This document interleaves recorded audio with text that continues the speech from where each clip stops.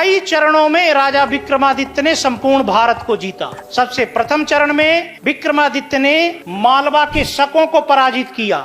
शक मालवा से गुजरात भाग गए, तो फिर विक्रमादित्य ने शकों को गुजरात में पराजित किया।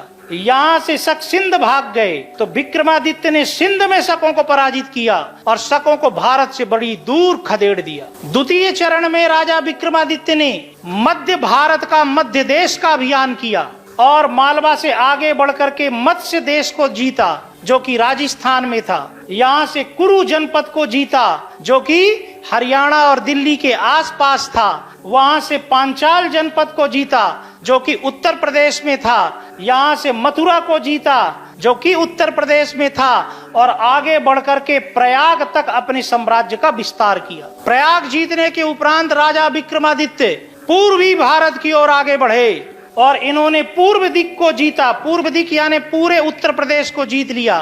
फिर अंग को जीता, यानी बिहार को जीता। गौड़ को जीता, अर्थात आज के बंगाल को जीता। बंग को जीता, अर्थात आज के बांग्लादेश को जीता।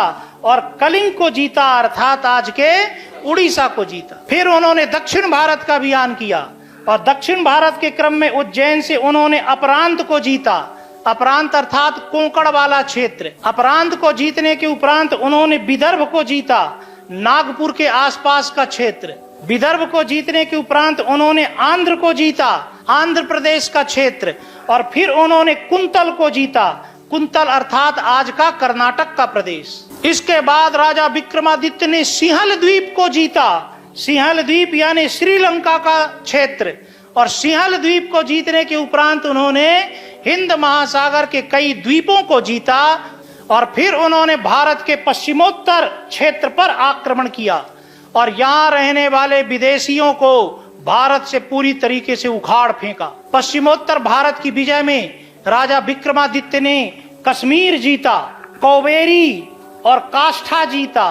कावेरी और काष्ठा का क्षेत्र माना गया है हिमाचल प्रदेश और उत्तराखंड में रहा होगा।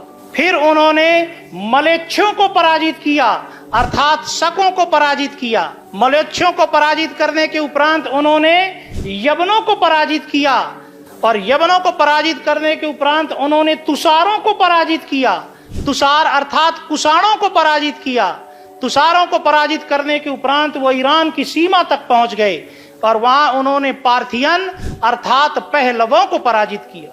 तो ये सारी बातें काल्पनिक नहीं, ये जानकारी हमें प्राप्त होती है सोमदेव की पुस्तक कथा सरित सागर से और क्षेमेंद्र की पुस्तक